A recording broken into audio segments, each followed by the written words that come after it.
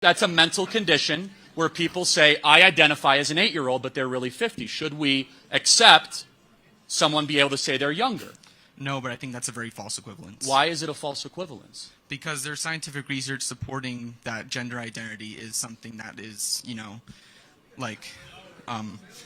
there's scientific research that supports people and says that if you identify as a certain gender, then that is, your gender. There's a paper on Scientific American that I found very interesting that said, it has to do with, your brain formation in the womb, where gender identity forms, Yep. but it's different from sex. That's very different from a disorder where you say, I'm not actually my age, because Well, hold on. You just agreed with me. You said it's a brain formation issue. It's a brain I formation. didn't say it was a disorder.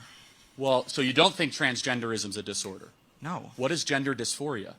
Gender dysphoria is when you're very uncomfortable with your own body, and that usually relates to gender, and that can usually be treated if you choose to transition to. Right. So it's a mental condition, right? Oh, Gender dysphoria is, but Okay. transgenderism is not. What's the difference? The difference between gender dysphoria and transgenderism?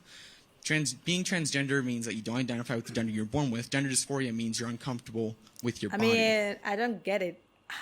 Since when? Maybe I missed that club. But since when did sex and gender become different thing? I don't know. Maybe educate me. Maybe I don't know. Because for me and my biology, I know sex and gender is basically the same. Sex is sex, male and female. Gender is also male and female. So since when did this thing become two different things?